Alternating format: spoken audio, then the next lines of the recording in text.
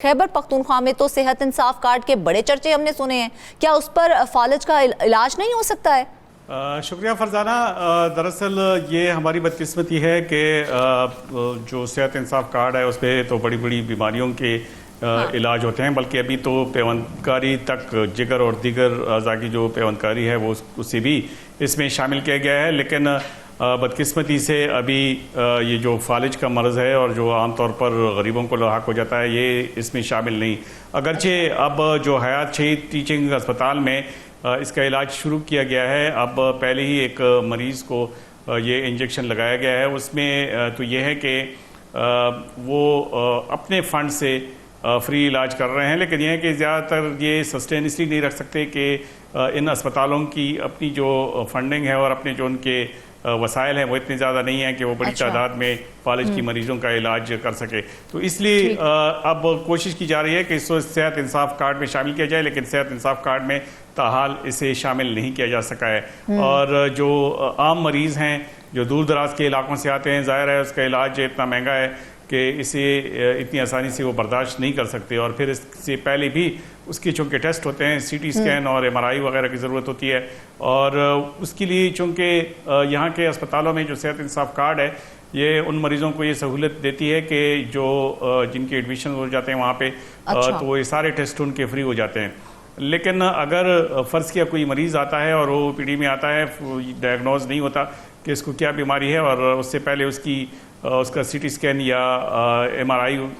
के टेस्ट होते हैं, तो वो फिर सेहत इंसाफ कार्ड इसलिए कवर नहीं होते कि वो एडमिटेड पेशेंट नहीं होते। एक दफ़ा एडमिट हो जाए तो फिर उससे रीइम्बर्स ज़रूर हो जाते हैं, लेकिन इससे पहले फिर उन लोगों के लिए जो दूर दराज के इलाकों से आते हैं उन्हें इसकी अदायगी करना भी मुश्किल है। तो इसलिए ये एक मुश्किल है खैबर पख्तूनख्वा में, ख़ुसूसन दूर दराज के अस्पतालों में, कि जहाँ लोगों को फालिज हो जाता है और वहाँ ये मुमताज़ केपी में ऐसे कितने अस्पताल मौजूद हैं जिनमें इसका इलाज होता है फालिज का, और कोई ऐसा अस्पताल भी मौजूद है जहाँ पर इसका मुफ्त इलाज हो? फरजाना, मसला ये है कि ये फालिज का वैसे आम इलाज जो है वो तो तकरीबन आम फिजिशियन भी कर लेते हैं, लेकिन मसला ये है कि अभी ये जो नई टेक्नोलॉजी आई है इसके तहत एक इंजेक्शन लगता है, लेकिन उसके लिए ज़रूरी ये है कि मरीज़ जो है कम से कम 3 घंटों में वो पहुंच जाए। इस तरह से वो अगर 4.5 घंटों में भी अस्पताल पहुंच जाता है तो किसी सूरत में ये इलाज कामयाब रहता है कि इंजेक्शन लगानी पड़ती है, और उस इंजेक्शन के बाद मरीज़ जो है फौरी तौर पर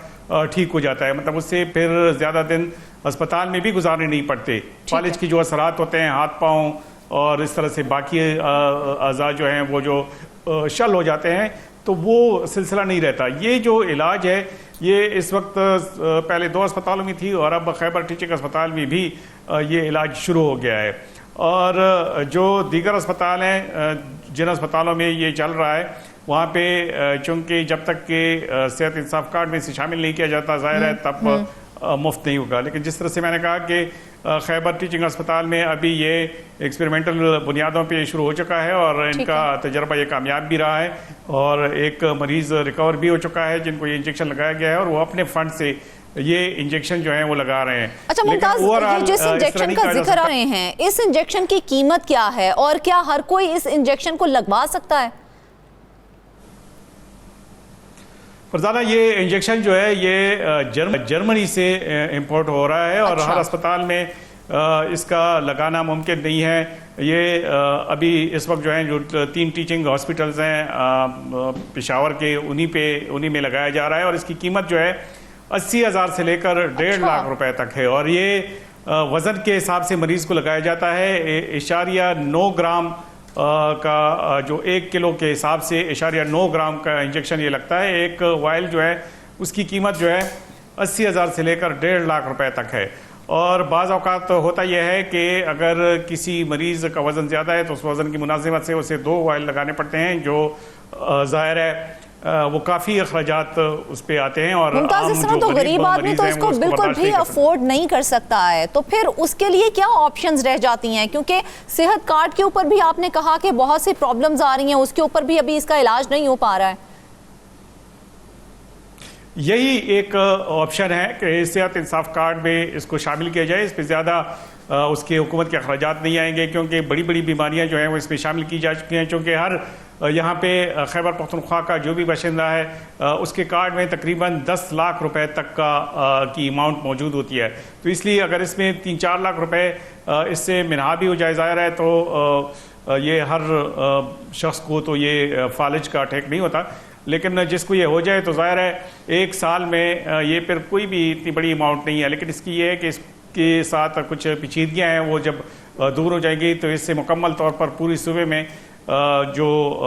सेहत इंसाफ कार्ड है उसमें उसे शामिल किया जाता है। लेकिन फ़िलहाल इसमें कुछ पेचीदगियाँ हैं जिसकी वजह से ये आम आदमी जो है उसकी बस से ये बाहर है। और फिर एक और मसला फरजाना इसमें ये भी है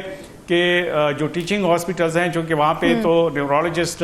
मौजूद हैं, वहाँ पे तो कोई मसला नहीं है, लेकिन जो डिस्ट्रिक्ट हेडक्वार्टर हॉस्पिटल्स हैं, इसके अलावा जो तहसील हॉस्पिटल्स हैं, दूर दराज के इलाके हैं जहाँ से पेशावर का फासला 3 घंटे से ज़्यादा बनता है, तो वहाँ मुश्किल सूरत हाल ये है कि वहाँ जब तक ट्रेंड न्यूरो फिजिशियन मौजूद ना हो तब तक इस किस्म के जो इंजेक्शन है वो एडमिनिस्टर नहीं हो सकते। तो ऐसे इलाके के जहाँ 4 से 5 घंटे पेशावर तक का सफ़र होता है और फिर उससे फौरी तौर पर जब किसी को ये पता भी चलता है कि उसके अलामात जो हैं वो फालिज के हैं, तो तब तक काफ़ी देर हो चुकी होती है। तो इसलिए ज़रूरत इस अमर की है कि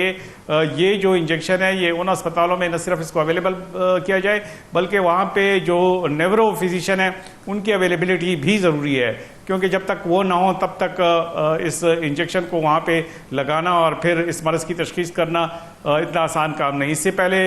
चूँकि ये कम्प्लिकेशन इसमें ये भी हैं कि उन अस्पतालों में फिर CT स्कैन और MRI की सहूलत भी देनी पड़ती है। अच्छा। तो ये चंद एक चीज़ें हैं कि जिसमें इंतहाई मुश्किल पेश आ रहे हैं। और फालिज का जो मर्ज़ है फरजाना, ये आपको पता होगा कि ये इतना ख़तरनाक है कि अटैक हो जाए तो फिर मरीज़ जो है कभी कभी 4-4, 5-5 साल तक बेड पे रहता है। लेकिन एक इंजेक्शन की वजह से ये 1 हफ्ते से 10 दिनों में काम करने के काबिल हो जाता है और उसकी जो मजदूरी है वो बिल्कुल नहीं रहती, उसकी ज़िंदगी भी बच जाती है और मुकम्मल माजूरी से वो बच जाता है। ऐसे फालिज की मरीज़ को तो दूसरे पर इक्तफा करना पड़ता है, उसे इवन बाथरूम तक ले जाने के लिए किसी एक शख्स की मुस्तकिल तौर पर उसकी ज़रूरत होती है घर पे, तो उसकी ज़िंदगी इंतहाई अजीरन होती है। अगरचे वो उसके हवास बहाल रहते हैं, लेकिन उसकी माजूरी ऐसी होती है कि वो मरने पर तरजीह देता है अपनी ज़िंदगी में, क्योंकि वो एक दिन का काम नहीं होता, महीनों का नहीं होता, सालों पे मुहित होता है। और बाज़ औक़ात इस तरह से होता है कि वो जो